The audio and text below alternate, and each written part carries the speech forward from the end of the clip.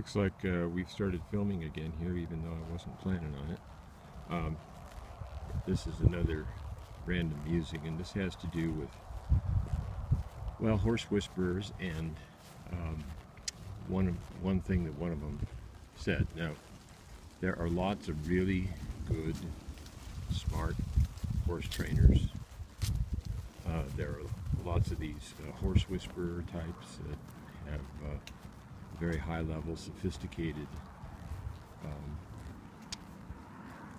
program and sell DVDs, CDs, have clinics all over the place, sell equipment, all kinds of things. And all of them that I know about, and I don't know about all of them obviously, are really good people. They seem to really care about horses, and they really seem to care about teaching people about horses. I'm thinking of people like Pat Pirelli, Buck Brannaman, who's one of my favorites, Clinton Anderson, Julie Goodnight, and there's a bunch of others that I've left out. But one of them, John Lyons, who is a good guy and belongs in this category, has a magazine, or used to, called The Perfect Horse, and he wrote a piece once about, I think it's called Making Time for Horse Time, something like that. And the reason it made me think about it is that we ride around here in the upper paddocks, and past the barn, way over there's the arena.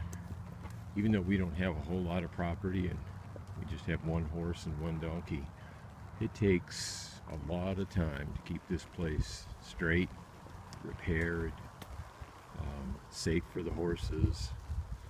It takes a lot of time getting hay for them, this and that, and so and so.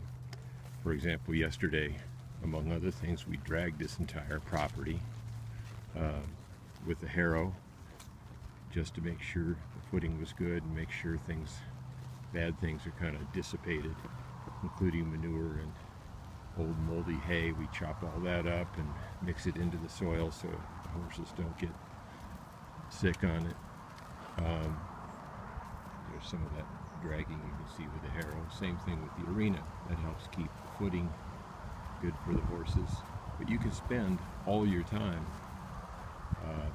just doing stuff like this. Like that editorial piece by John Lyons said years ago.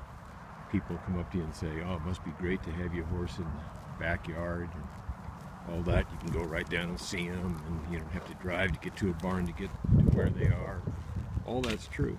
But when you have your own little place, or sometimes a big place, a couple of horses or maybe a bunch of horses, you can find all your time's taken up doing the chores you think you need to do, so much so that you don't have time to ride your horse.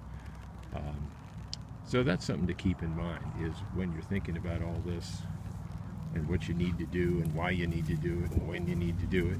Maybe what you need to do is just stop for a minute and think about taking time for your horse, or your donkey in my case.